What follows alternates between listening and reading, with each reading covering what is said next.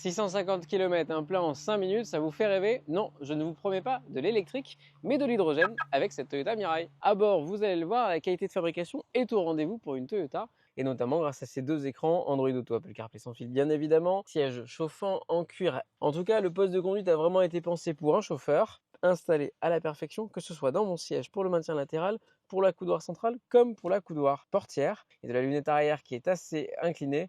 On aura des boutons physiques bien pratiques pour pouvoir accéder aux 360 degrés de la voiture. Le tableau de bord est vraiment bien moussé et on a eu un effort de présentation. Bien vu par ailleurs, on aura une sonorisation JBL et vraiment c'est plutôt maîtrisé au moins en aigu. Qui dit voiture de VTC dit espace royal aux jambes à l'arrière et c'est plutôt vrai. Ce sera une 4 places et non une 5. On aura vraiment des sièges presque baquets à l'arrière, c'est assez étonnant. On sentira légèrement engoncé. Les vitres descendent intégralement. Donc à l'arrière, c'est complètement validé. Une problématique. Et oui, la grosse déception de cette voiture pour 4,93 m, ça sera son volume de coffre avec 313 litres inférieur à celle d'une Renault Clio. Et bien, c'est pas top. À apprécier, cette voiture a des lignes assez originales. Ce calandre à l'avant en forme de poisson.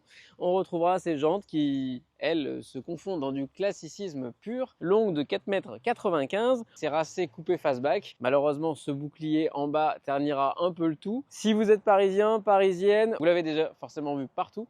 Le véhicule aura tendance à être extrêmement souple, agréable à manier, tout en roue libre. Évidemment, les modes de conduite ne serviront pas à grand chose puisque la puissance phénoménale de 186 chevaux sera tout juste. Et puis comme vous pouvez le constater, avec 450 km après avoir fait notre plein en hydrogène, eh bien on sera vraiment à la recherche et à la quête de l'économie. Et à recharger, rien de plus simple, il s'agit comme d'une voiture thermique quasiment, hein. Nous voilà dans une station-service. On va pouvoir se recharger en prenant la pompe à hydrogène. Et vous le voyez, vous constatez, aujourd'hui le carburant est à 19,20 € du kilo, sachant qu'il y a 5,6 kg. Grosso modo, le plein reviendrait pour un plein total de la voiture à 107 €. Pour rappel, 600 km, ça commence à faire cher. À acheter, cette voiture restera abordable pour les qualités qu'elle possède et surtout pour sa rare diffusion. Mais ne nous y trompons pas, l'hydrogène, en tout cas pour l'automobile, restera un segment de niche et encore pour très longtemps. La note finale de cette voiture, on lui donnera un petit 13 sur 20. Déjà, elle démocratise une énergie qui n'existe pas ou peu en France et grâce aux Jeux Olympiques l'année dernière, celle-ci s'est assez diffusée quand même, il faut le dire, auprès de ces VTC, taxis et ambassades. Malheureusement, elle reste confidentielle et ce n'est pas avec une berline traditionnelle à mal en France que l'on ira démocratiser cette énergie méconnue. Si vous souhaitez faire des grands trajets, là aussi ça va se corser.